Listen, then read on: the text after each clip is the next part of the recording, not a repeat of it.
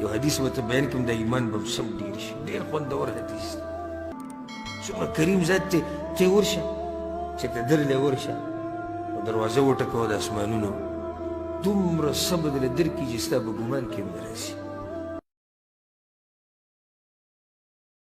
انسان الله وي ګوره انسان وي څه شي دوکه کړی دی دغه رب نه دغه کریم ذات نه ته څه شي اړولی اخر ته په کوم داسې شي کې مصروفه شوې چې هغه ته د الله نه ګران او قدرمن ښکارېدو هغه الله دې پرېښود څومره کریم ذات دی ته ورشه چې ته درلې ورشه او دروازه وټکوه د اسمانونو دومره صبر درله درکړي چې ستا په ګمان کې هم نه راسي یا الله سوچت کوه یا الله ګناهګار یم غلطیان دې رانه شوي دي کریم کې دا صفت دي ما تاسو وایي که کریم کې دنه اکرم کې دا معنی هم پرته العفو معافي کوونکی په انسانانو کې چې کریم قدرمني عزتمني ته خو هله ورشه ما نه غلطي شوي د هغه دې معاف کړي او بیا چې رب العالمین کریم دی نو د هغه دا صفت خو بیا د مخلوقاتو هغه په شان نه دی که نه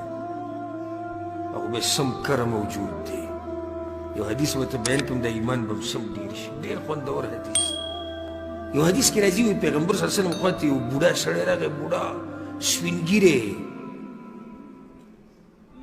او دا روزي په دې سترګو پرتې وي دومره بوډا شوی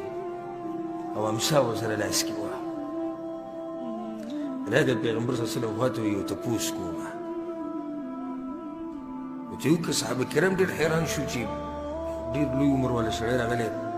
په خبرو مو داسې خاص نه پوهېدو څوک سړي عمر ډېر شي وایي خبرې صفا نه وي زه یو تپوس کوم هغې وکړه وی ارأیت رجلا عمل الذنوب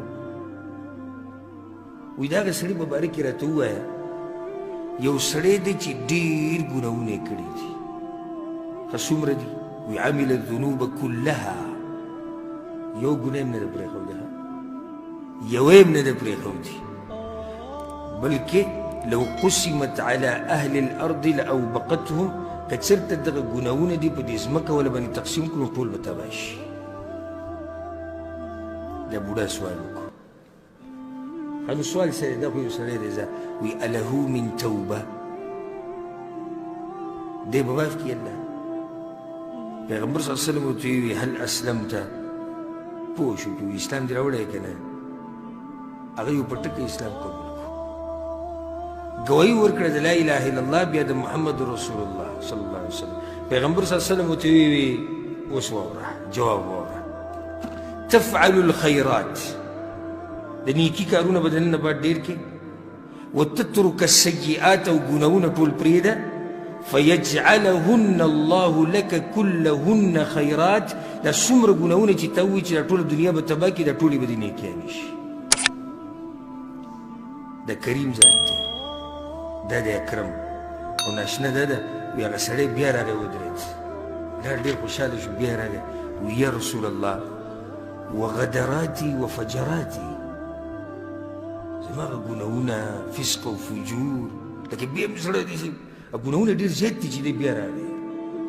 یا رسول الله وغدراتي وفجراتي ډېر ګناهونه دي غدر او خیانت او دوکې دړاکې فسق او فجور هر څه ما کړي او د دې عمره پورې کړي دي چې روزي په کوم ځای دي روزي په سترګو پورې پیغمبر صلی الله علیه وسلم وی وغدراتک وفجراتک او وی دغه غدرات او د فجرات بدل ټول په نیکیانو بدل کړي وی هغه سړي هغه بوډا د پناه کېدو پورې به بیا دغه ټکی وي الله اکبر الله اکبر تعجب وکړي چې دا څه ناشنا کریم ذات دی څومره مهربانه ذات دی څومره لوی ذات دی چې د دومره ګناهونو سره ورته یو سړی ور مخامخ شي او د هغه معامله بیا دغه ده نور کرم څه ته وایي چې یو سړی سجده لګي غیر الله ته الله وله بیا به رزق ورکوي کرم دې ته وایي چې الله قادر دی زموږ په رانیوو او بیا موږ نه رانیسي دې ته کرم وایي که نه قادر دی زموږ په رانیوو دا انسانان چې ګوره اکثر سړی ماف کوي نو طاقت یې نه وي د رانیوو ځکه ما تاسو ته ویلو چې اصل ماف کول څه دي چې ستا طاقت ته رانیوي او ته یو سړی ماف کړي رب العالمین کریم ذات دی د انسانانو له هغه څه ورکوي چې دوی په ذهن کې نه راځي وایي جنت کې هغه څه دي چې نه یې سترګې لیدلي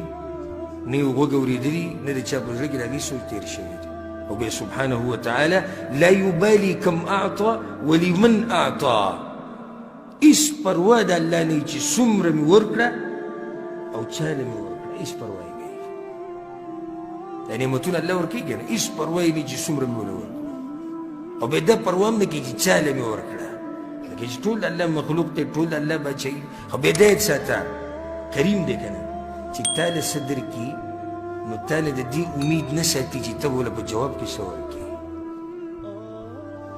تا له چې څه درکوي به تا له یې درکوي په بدل کې د نه څه نه غواړي ځکه چې کریم او اکرم ذات دی رب العالمین کریم ذات دی چې چا ورسره رابطه جوړه کړې ده نو ځای یې کړی دی